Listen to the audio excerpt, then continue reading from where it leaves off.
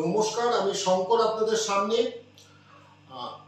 2026 বিধানসভা ভোট যে কোনো দিন এবার ঘোষণা হবে এবং একটা রাজনীতি উৎস আবহাওয়া যেন আমরা দেখতে পাচ্ছি। আজকে আমরা জেনে নেব একটু বিধানসভা ভোটে অন্যতম একটা কি বলবো হট কেন্দ্র হচ্ছে নন্দীগ্রাম। সেই নন্দীগ্রামের কথা, নন্দীগ্রামের একটা রোগের কথা, নন্দীগ্রামের যে রোগটা নিয়ে আজকে আলোচনা করব, সেই রোগটা কিন্তু বেশ পুরনো এবং সেই রোগের কথা কিন্তু শাসক শিবিরও জানে। আসুন জেনে নিই। এই যে রোগটা, এই রোগটা হচ্ছে নাম বলা যায় রাতে শুভেন্দু দিনে জোড়া ফুল। রাজ্যের বিরোধী দলনেতা শুভেন্দু অধিকারী বিধানসভা কেন্দ্র নন্দীগ্রামে তৃণমূলের সেনাপতি অভিষেক বন্দ্যোপাধ্যায় উনি ব্যক্তিগত উদ্যোগ নিয়েছেন এবং উদ্যোগ নিয়ে গত বৃহস্পতিবার থেকে শুরু হয়েছে স্বাস্থ্য পরিষেবা শিবির সেবাশ্রয়। 2 ব্লকের 2টি জায়গায় মডেল ক্যাম্প উদ্বোধন করেছেন তৃণমূলের সেনাপতি। কিন্তু অভিষেক পৌঁছানোর আগে পর্যন্ত সেবাশ্রয় তাঁবুর আশেপাশে কান পাতলেই কিন্তু শোনা যায় তৃণমূল নেতাদের আলোচনা জুড়ে রইল সেই পুরনো রোগের কথা, যা থেকে স্পষ্ট শুভেন্দু তৃণমূল থেকে বিজেপিতে চলে যাওয়ার 5 বছর কেটে গেলেও নন্দীগ্রামে তৃণমূলের ভিতরে একটা অবিশ্বাস এবং সন্দেহের বাতাবরণ যেন বইছে। নন্দীগ্রামে তৃণমূলের একটি অংশ শুভেন্দুর সঙ্গে যোগাযোগ রেখে চলে বলে দলের অঞ্চলেই একটা গুঞ্জন শোনা যায়। এই গুঞ্জনটা কিন্তু অনেক পুরনো এবং জেলা তৃণমূলের এক প্রথম সারির নেতার কথা, শুভেন্দু বিজেপিতে চলে যাওয়ার সময় 10 জনকে যদি সাথে নিয়ে যায় 50 জনকে রেখে গিয়েছেন এবং সেটাই কিন্তু আমাদের ভোগাচ্ছে।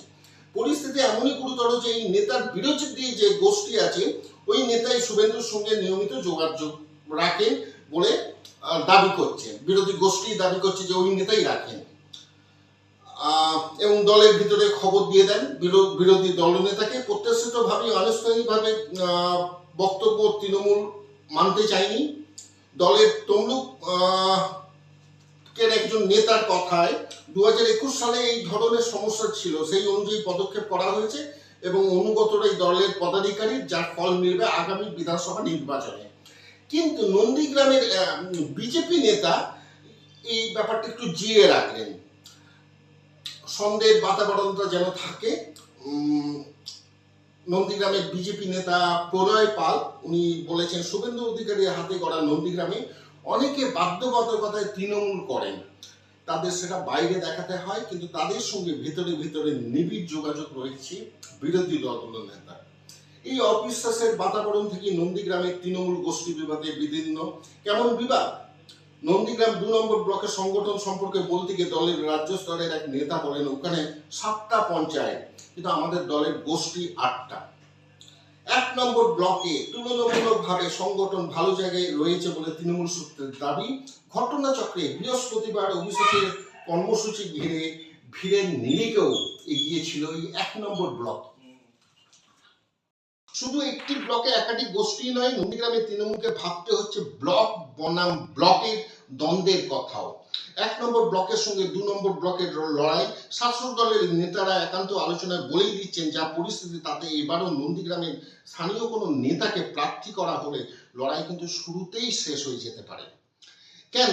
এক নেতার ব্যাখ্যা, প্রার্থী 1 নম্বর ব্লকের যদি হন 2 নম্বর ব্লকের সংগঠন অন্তর্ঘাত করবে, আর প্রার্থী যদি 2 নম্বর ব্লকের হন তাহলে 1 নম্বর করবে। মনে রাখবেন 2021 সালের বিধানসভা নির্বাচনে নন্দীগ্রামে দাঁড়িয়েছিলেন তৃণমূলের সর্বময় নেত্রী বর্তমান মুখ্যমন্ত্রী মমতা বন্দ্যোপাধ্যায়, কিন্তু শেষমেশ বিরোধী দলনেতা শুভেন্দু অধিকারীর কাছে 1956 ভোটে হারতে হয়েছিল। মমতা হারের পরেও নন্দীগ্রামের ময়নাতদন্তে উঠে এসেছিল এই কোন দলের কথা, অন্তর্ঘাতের প্রসঙ্গ। সেই ব্যবধান গত লোকসভায় আরো বেড়েছে। নন্দীগ্রাম তমলুক লোকসভার অন্তর্গত এবং তমলুকে তৃণমূল প্রার্থী দেবাংশু ভট্টাচার্যের তুলনায় বিজেপি প্রার্থী তথা প্রাক্তন বিচারপতি অভিজিৎ গঙ্গোপাধ্যায় গিয়েছিলেন 9000-এরও বেশি ভোটে। সেই নিরিখে বিধানসভা ভোটে নন্দীগ্রামের জমি যে শক্ত এবং বেশ শক্ত তা মানছেন তৃণমূলের সমস্ত সারির নেতাই। তবে পরামর্শদাতা সংস্থা আইপ্যাকের মাধ্যমে নন্দীগ্রামের জন্য বেশ কিছু পরীক্ষা নিরীক্ষাও তৃণমূল করতে শুরু করেছে। তৃণমূলের একাংশের দাবি, বিজেপির মধ্যেও সকালে শুভেন্দু বিকেলে তৃণমূল বাতাবরণ তৈরি হতে শুরু করেছে। যত ভোট আসবে তত এই বিষয়টা বাড়তে থাকবে। তা আমাদের নজর থাকবে এই যে রোগের কথা, রোগের নাম, সকালে জোড়া ফুল, রাতে শুভেন্দু, এই নন্দীগ্রামের এই রোগটি, এবং তার জন্য বর্তমান শাসক পার্টি কি রোগ নির্ণয়ের জন্য ওষুধ নিতে পারে সেটা আমরা দেখতে থাকবো, এবং রেজাল্টই বলে দেবে রোগ নির্ণয় করতে পেরেছে কিনা তৃণমূল। সবাই ভালো থাকবেন, সুস্থ থাকবেন। শঙ্কর, জয় হিন্দ।